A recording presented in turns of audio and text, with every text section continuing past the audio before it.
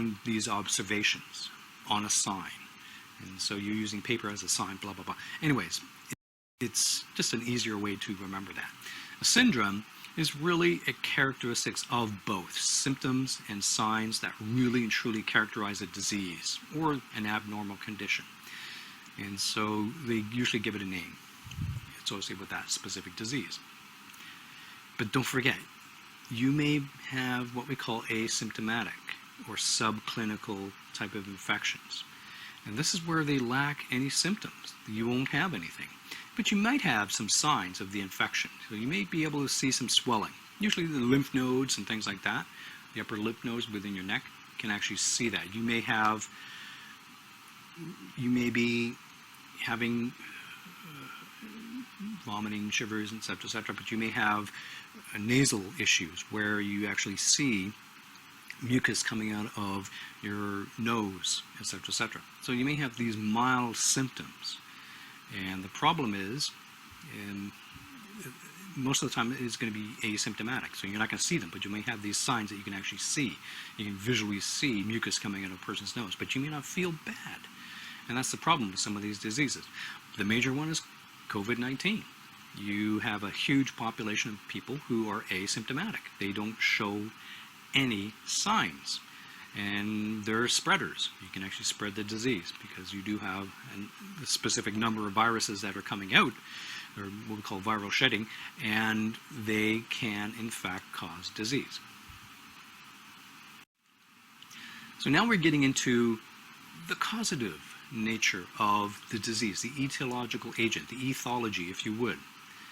And this is basically the study of the causes of disease. It's actually really interesting field.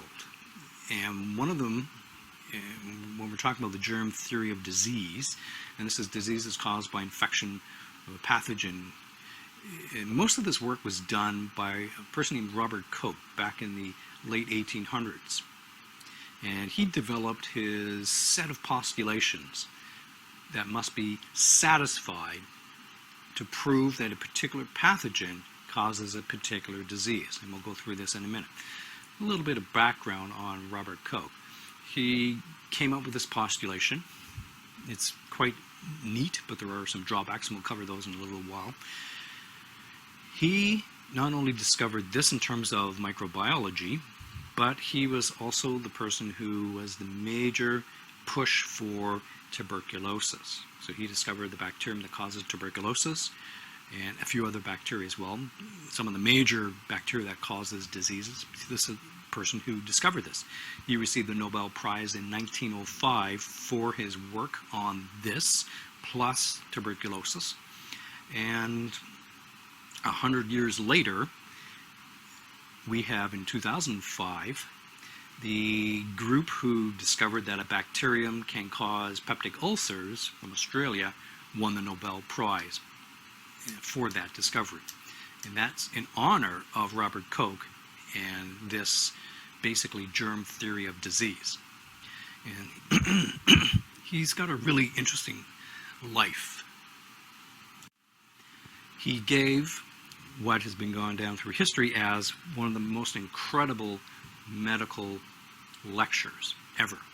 And this was towards his colleagues plus the general population too. They were in attendance. He was in a big theater, and he was kind of eccentric also. He actually brought down his entire lab and set it up into this big theater. And he then proceeded to give his talk. And then when he finished his talk, it was complete silence.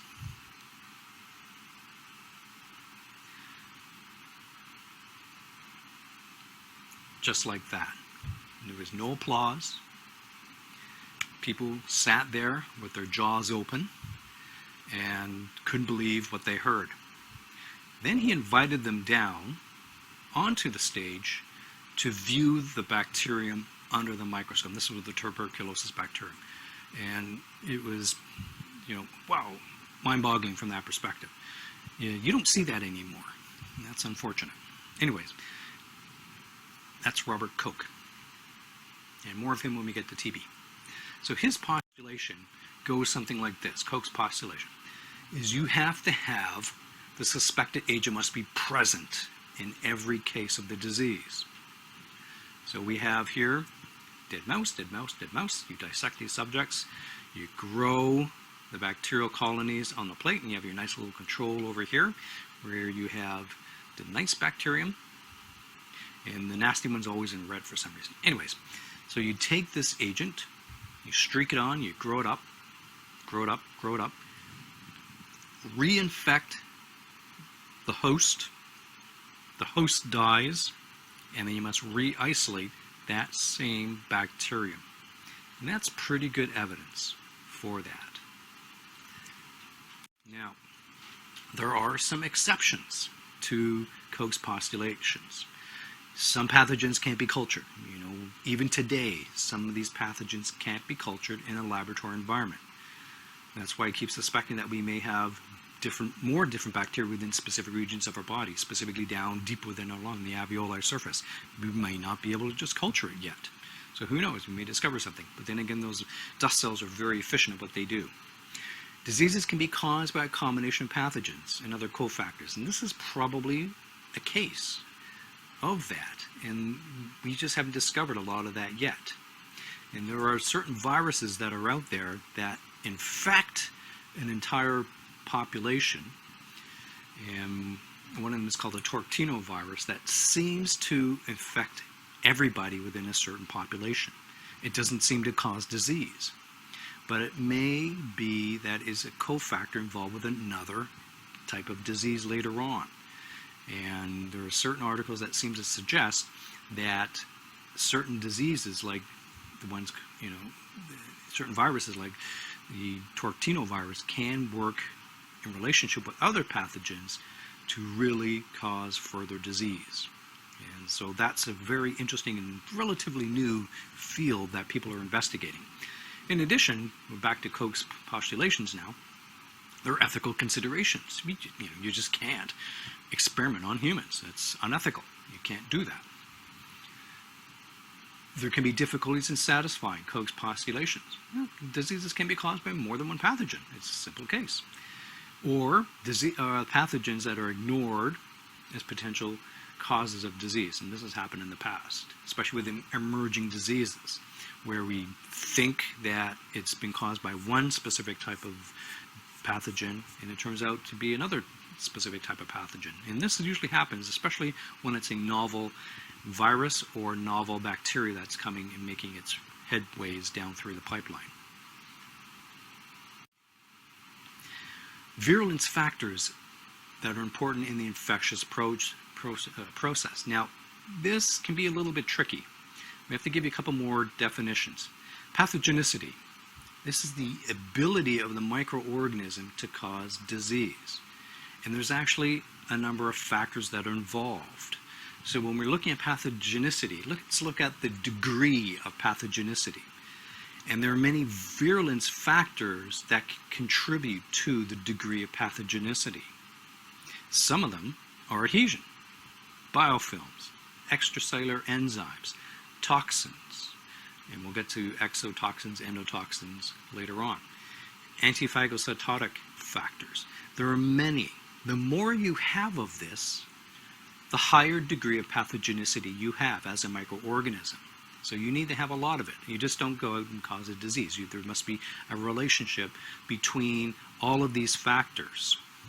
The more you can adhere and bind to that receptor, or basically adhere and colonize, plus enzymes, plus toxins, plus evading our immune system, the better and the higher degree of pathogenicity you will have. And that's the whole key and concept behind that. So you need multiple factors in order for that to happen. And just to highlight this, if you're just a lactobacillus that has no ability to really cause infection because you're not opportunistic at this time, then you'll just stay within the intestines and do your normal job, whatever it is you like to do. But the more of these virulence factors you gain, the more infectious you're going to be. And so you're going up and up and up in terms of the infectious rates to some really severe diseases. Whooping cough is making a comeback, and it can kill. It's a very, not a very nasty, it's a very nasty type of disease, whooping cough. You can barely breathe, you're coughing so much. It usually infects the youth more than anything else. Making a huge leap to the plague. And let me give you a little hint. If you want to be a really potent microbe, whether you're a virus or bacterium, and you want to cause the most virulent types of diseases, what do you target? What should have come to your mind is the immune system. You got it. You want to be the ultimate? Take out the immune system. Specifically, Yersinia pestis basically takes out macrophages. That's what they're known for. And so when you take out those, boom, you're going to get severe disease. And I'm not even going to talk about how severe this one is. This is a severe pneumonia, and it's almost always fatal. Rabbit fever, very, very nasty. And HIV, for example, it takes out the immune system too. And we'll see how that happens when we get to that specific lecture. So if you want to be the ultimate, that's what you do. You target the immune system. Getting more specific now, we've talked about some of these virulence factors. Now we're into extracellular enzymes. And this is produced by the pathogen, and they're there to dissolve structure. That's what they do. They dissolve structural chemicals in the body. And it helps the pathogen to maintain infection. They can invade our immune system, and essentially they're avoiding our body defenses. And that's the name of the game there. Some of this includes natural enzymes that we usually produce ourselves, that bacteria or viruses can produce. The one modeled here is from bacteria. And so they're actually producing hyaluronidase, which really cuts up basically what we call glycosaminoglycans. And those are sugars that your body produces to essentially help fill in the gaps within your body. So in other words, it helps make up your connective tissues. And these enzymes, and collagenase is another one, that essentially disrupts, in this particular case, we have what we call a basement membrane. And it's made of a specific type of collagen, type 4 collagen. So you want to get that cut up, and you do that via these enzymes, and now the bacteria can actually move through. And so when we're looking at what makes up connective tissue, one component is called ground substance. And this is where you find the glycosaminoglycans, which is hyaluronidase, hyaluronic acid is one of them, as well as other big globular-like proteins that make up what we call proteoglycans. And this fills in the spaces within your body with connective tissue, and ground substance is part of that. And it fills it in very, very good. These are huge, huge molecules. And if you want to move around within your body, you're going to have to get through them. And the way you do that is to secrete enzymes that will break down these components and allow you to move around, as the bacteria has demonstrated here. It went through your basement membrane, and now we have bacteria going deeper within your tissues. And this is where all the action is going to take place. Normally, just below an epithelium, which is your cells, you will have connective tissue. And the major classification is loose connective tissue, so you have quite a bit of ground substance. So these hyaluronidases are going to come in here and work its magic, essentially chopping down and making it easier for the bacteria to move around. But guess what? You got it. Your immune cells are also located in here. So what's going to happen?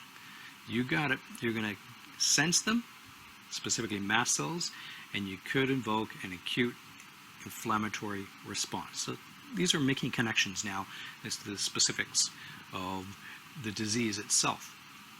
In addition, bacteria can secrete other types of enzymes. Coagulase is another one, where you'll have this clot formed within and via the bacterium, and when conditions are right, then they'll secrete a kinase that will get rid of the clot. So the coagulase essentially causes clotting. Proteins that come out here, forms this clot, and then the kinase that the bacteria secretes will get rid of the clot when the time is correct for the bacteria to spread. And then the bacteria can actually go into the vasculature and spread to distant locations. And that could lead to sepsis, and that's not a very good condition. More on that later. So now we're into other virulence factors, toxins specifically. These are chemicals that harm our tissues, that can physically cause our cells to die, undergo some sort of either apoptosis or cause them to die outright. And if they do, then you get, what do you get? Exactly, you get a specific pattern of tissue death. We call that necrosis, don't forget. Or these agents can actually cause an immune response. And then that immune response can actually lead to tissue damage, as we've seen earlier with acute inflammation, where we have neutrophils going into the scene and then eventually macrophages coming in, but both can actually cause damage, especially the neutrophils, just the way they work. In addition, these toxins can be quite devastating if they get into your bloodstream, and they can cause infections downstream, especially with the gram-negative bacterium with the lipopolysaccharide layer. The lipid A component can actually cause sepsis. And we'll see how that plays out with the two major types. And we call them exotoxins and endotoxins. So an exotoxin is secreted by both gram-positive and gram-negative bacteria if they have the plasmid to do that. It's normally going to be found on plasmids. And so what happens is we have here in red the exotoxin being secreted by the bacterium. So physically the bacterium makes this protein, secretes this protein, and the protein has an effect on our cells. In this case, it's causing cell death. And you know what happens upon cell death. We have a local tissue injury, and the whole process begins again. Endotoxins, as you know, is the lipid A component of the lipopolysaccharide layer of gram-negative bacterium. So only gram-negative bacteria can do this. So, and remember, there's only two ways that you can actually have access to lipid A component. And that's either when the bacterium dies, like we have down here, and then the lipid A component becomes liberated. You die within the cells and it can come out, okay? And the second way is when the bacterium divides. And so a little bit of that can come out there as well. Those are the only two ways that happens. You have a ton of it comes out when they die, and you can have a limited amount, but it can cause an effect. And so essentially what happens when the lipid A component is released, our body mounts a response to that. And then we start to see effects like fever, inflammation, specifically acute inflammation. Make sure you get the specifics right on that. Don't just call it inflammation, call it what it is. Diarrhea, shock, and blood coagulation. So all these are symptoms of this specific disease that's being affected.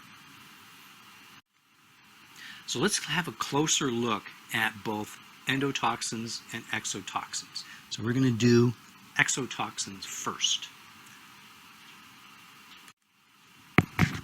Exotoxins are bacterial proteins that are secreted by a living bacterium into its surroundings. In a host, these exotoxins circulate and cause damage to host cells in various ways. Exotoxins can cause severe damage or death at very low concentrations. Exotoxins can be classified in different ways. One method classifies the exotoxins by the area of the host that is infected. For instance, neurotoxins are toxins that affect the function of neurons.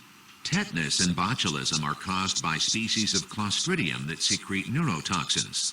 Enterotoxins, like those secreted by the cholera bacterium, affect the lining of the intestinal tract. The term cytotoxin refers to an exotoxin that kills or seriously damages host cells in general.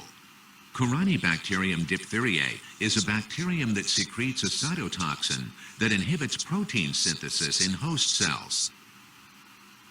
Exotoxins can also be classified by their structure and function.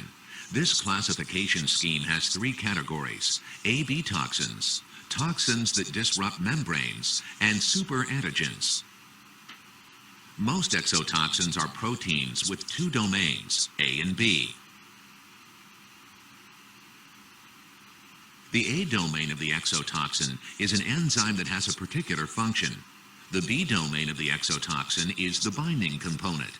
It binds to a specific receptor, usually a carbohydrate on the host cell. Once the B domain attaches to the host cell uses endocytosis to bring the exotoxin inside. Then, the B domain opens a pore in the endosome, allowing the A domain to escape into the cytosol, where it can inhibit protein synthesis or interfere with the host cytoskeleton. This usually results in death of the host cell. Membrane-disrupting toxins exert their effect without entering the cytosol. They can form protein pores in the host plasma membrane, or they can disrupt the phospholipid portion of the membrane. In either case, the cell lyses.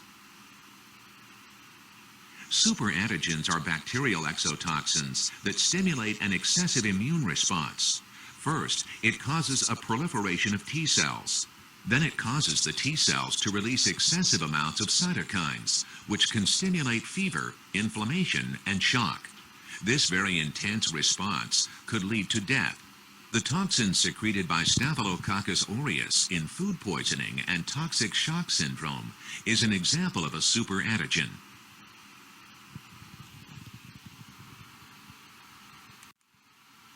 And now we'll look at endotoxins and see how they play out through an animation. Endotoxins are a part of the outer membrane of the gram-negative bacterial cell wall. The endotoxin is the lipid A portion of the lipopolysaccharide, or LPS, in the outer membrane. Endotoxins are only released from the bacterial cell when the cell dies or during cell division. When bacterial endotoxins are liberated, often during phagocytosis, they stimulate macrophages to produce cytokines called interleukin-1. Interleukin-1 is a protein messenger that travels to the hypothalamus in the brain, causing production of prostaglandins. Prostaglandins cause fever, an early sign of an infection. Endotoxins and interleukin-1 also help to stimulate phagocytosis, complement activation, and antibody production by B lymphocytes. When endotoxin is released in large amounts or within the bloodstream, it can have more serious and even deadly effects. Massive amounts of cytokines, particularly interleukin-1 and tumor necrosis factor, cause loss of fluid from capillaries and vasodilation, both of which cause a lowering of blood pressure, often to dangerous levels, leading to shock. These same cytokines also stimulate blood coagulation, which makes the shock even more severe. This deadly situation most often occurs in bacterial sepsis caused by E. coli or meningococci in the bloodstream or spinal fluid.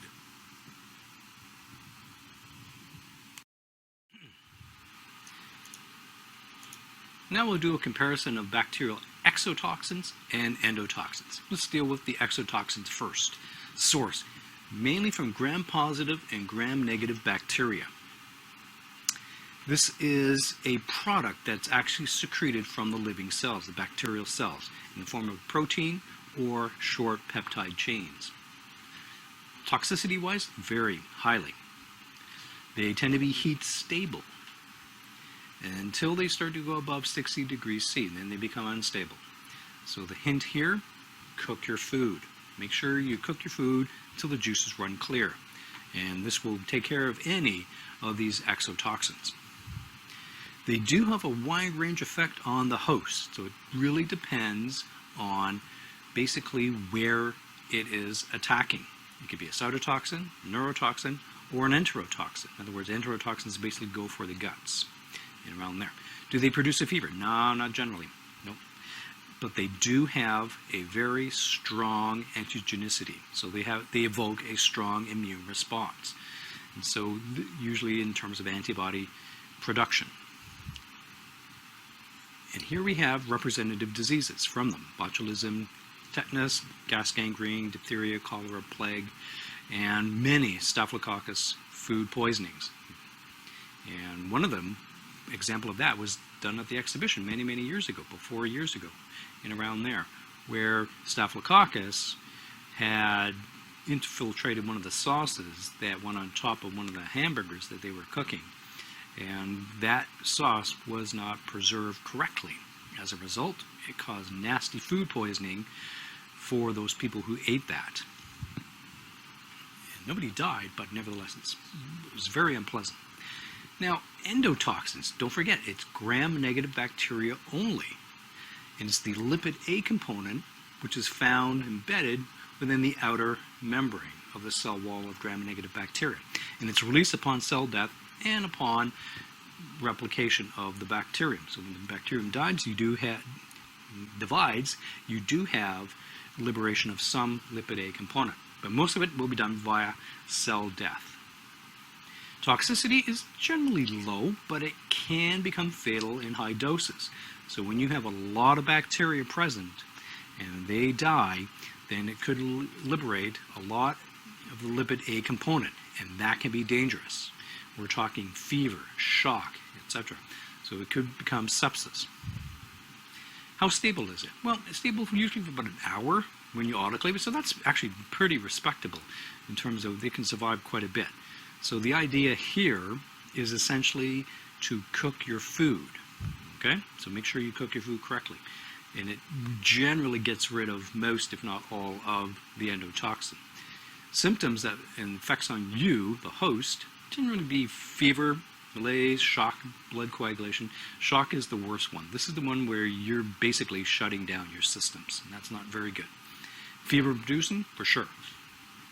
It does have a weak effect, but it does invoke an immune response. So always.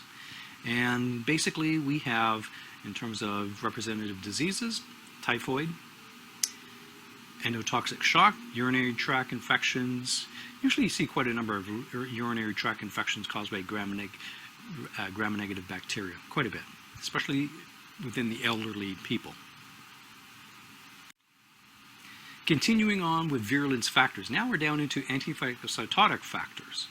And these factors prevent the phagocytosis of the host phagocytic cells. So in other words, we're affecting macrophages, PMNs, etc. The bacterial can do this by several mechanisms. One of them is by the bacterial capsid. Basically, it's composed of sugars, these chemicals, that are not recognized as foreign. They become very slippery towards the macrophages who are trying to engulf them.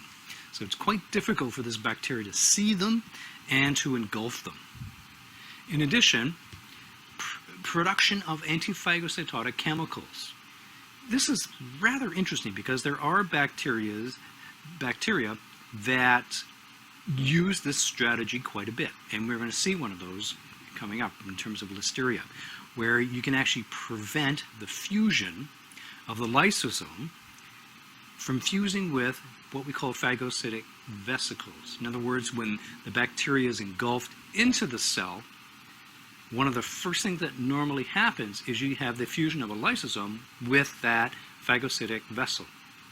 And the lysosome, as the name suggests, when it fuses, secretes within it, you have usually low pH and enzymes that are capable of breaking down the bacterium.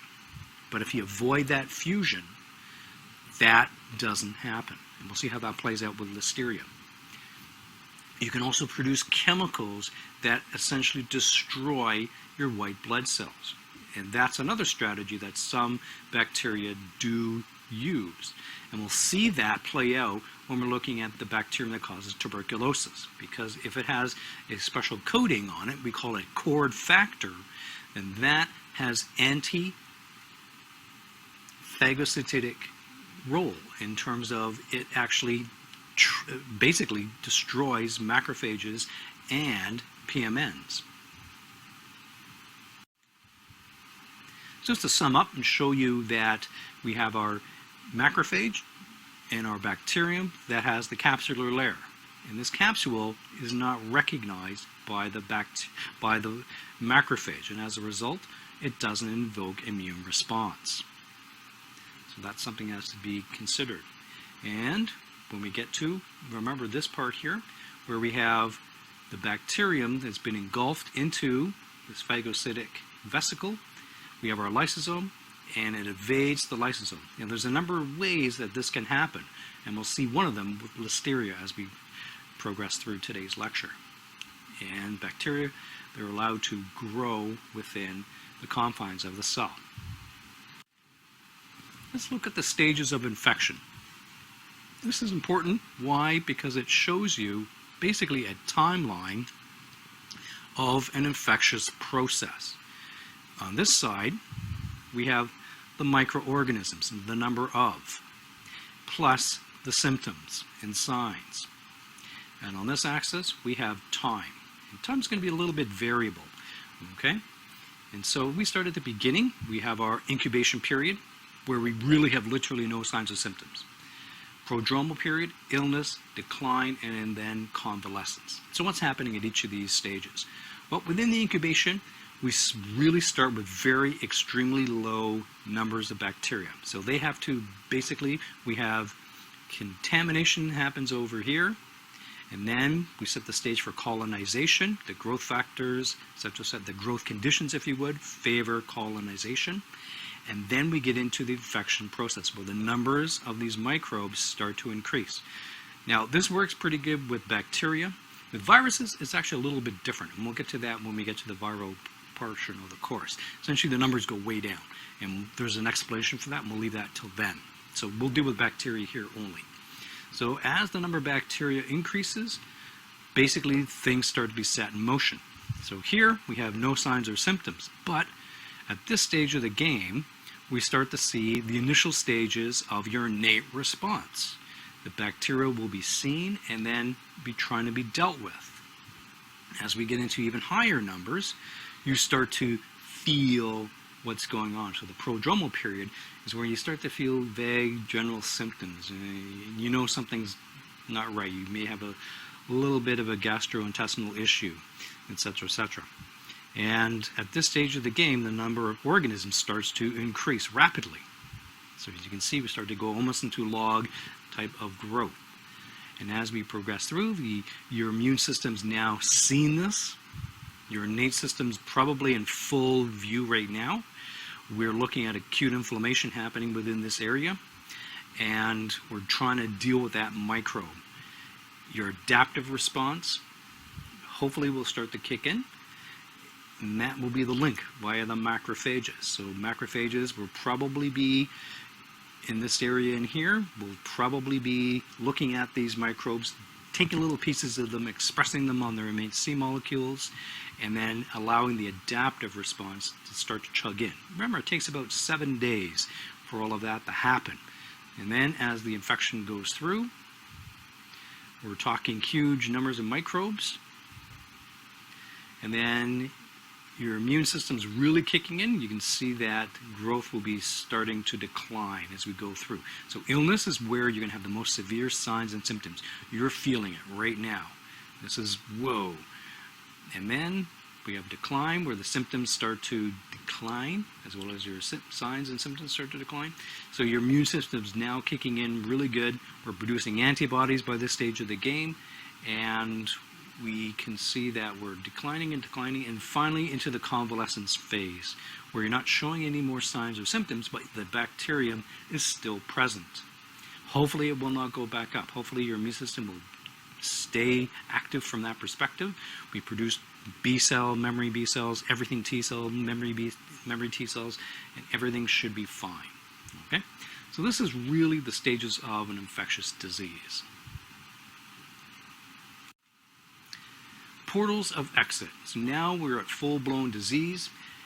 Anywhere, basically, you have an exit point, you almost have an entry point as well. So this diagram really mimics what we talked about earlier. So you can have bacteria and viruses exit via your eyes, tears, nose, secretions, mouth. Females, it's mammary glands, vagina. Males, it'd be the urine, urethra, as well as your penis, and basically anus in terms of your feces, quite a bit there. You won't believe how much bacteria and viruses you can find coming out as feces, within your feces. Skin, sloughing off your skin, broken skin, earwax. But there is preferred routes that will be more infectious than the other routes, and that makes perfect sense. So when you're spreading a cold around, the chances of it coming out of your ears and eyes are pretty remote. In other words, eyes would probably be away, but it's really down on that basically that scale of exit points where you would actually be infected. So it's really low on that scale. Nose and mouth are probably two of the most prominent ones, as well as some other areas too. But most of the time, if it's dietary, in other words, if you're dealing with bacteria that cause gastrointestinal issues, anus is your number one because it's coming out. You get some on your hands, you don't wash your hands, you start spreading it around. If you're touching surfaces with your hands, and you start licking your fingers and everything else, you're going to get it that way. So there's many, many ways that you can get it. But in terms of if it's a virus, airborne or by droplets, this would be most of the route that you're looking at here. Okay? This is the way I usually get infected. Student, professor head. Sneeze, you get it. Now this shows you what's been going on, especially with COVID, when they keep saying it's been spread by droplets. You can see the large droplets fall very quickly, within usually 6 to 8 feet. No issues. But you have a lot of smaller droplets, and you have many, many droplets of different sizes. And a Harvard study was basically showing you that a person can sneeze or cough like we have, in this particular case it is a sneeze, that these droplets can travel up to 25 feet or even longer, but it does depend on the size. Now, is there infectious virus within the droplets at that stage of the game? That's the other story that has to be studied. But definitely in close like here, you're going to have droplet transmission like we have shown here. But it can go over very long distances. And the finer the particulate, the more closer to airborne it is. So they suspect that COVID-19, the SARS-CoV-2 virus, can in fact be in the smaller droplets and travel further. So we'll have to wait for those studies to come out. This is not very pretty. So the last thing you want to do is have meat out at room temperature or higher, and this is a marketplace in a developing country, and this is one thing you don't want to do. You want to make sure you cook your food, especially if you have meats from here. This will give you a very nasty case, gastrointestinitis. Not very good. So this is poorly refrigerated foods, can harbor quite a number of bacteria, even viruses for that matter, but mainly bacteria. I left this diagram in because I want to show you that your digestive system has such a range of bacteria present within it. And it's not only dependent on region, nutrients within that region, but it's also dependent on physical factors, specifically pH. So look at the pH range. Within your stomach, extremely low. And as you go down the intestine, it goes higher. So small intestine's pH approximately 4 to 5. Large intestine, we're talking pH of 7. And look at the number of bacteria. So in the upper portion, not many. We do have, and of course, Helicobacter pylori is there, and we have a number of gram-positive ones as well. As you go down into the intestines, you start to see something. You see large numbers of bacteria, especially down in the lower extreme of your colon, small intestine, and encompassing the entire length of the colon. Now, we talked about some of the reasons already that your body does produce a number of antimicrobial factors. Lysozymes being produced, and other antimicrobials are being produced. It's interesting because when we're looking and comparing the small intestine to the large intestine, there's a cell found within the small intestine. We call it the Paneth cell. And it's found within what we call the cryptolubricant. Anyway, that's for third year. The Paneth cell, one of its functions is to produce antimicrobial factors. And we're talking lysozyme and a huge list of other ones that are important in order to keep the microbial flora under conditions. And it keeps them under control. But as you get down into the colon actually lacks the Paneth cell. And so we're not producing all of the antimicrobial factors that we once did. And as a result, you see a huge list of bacteria that can actually be growing within your colon. And by and large, the colon is way more susceptible to inflammation within the colon. We call it colitis versus the small intestine. Okay? Interesting. It just shows you that we have antimicrobial factors being produced, plus pH is keeping the flora under check. You increase the pH, make it more favorable, reduce the amount of antimicrobials being produced, and you do see an increased number of different species found within your colon. I find that interesting.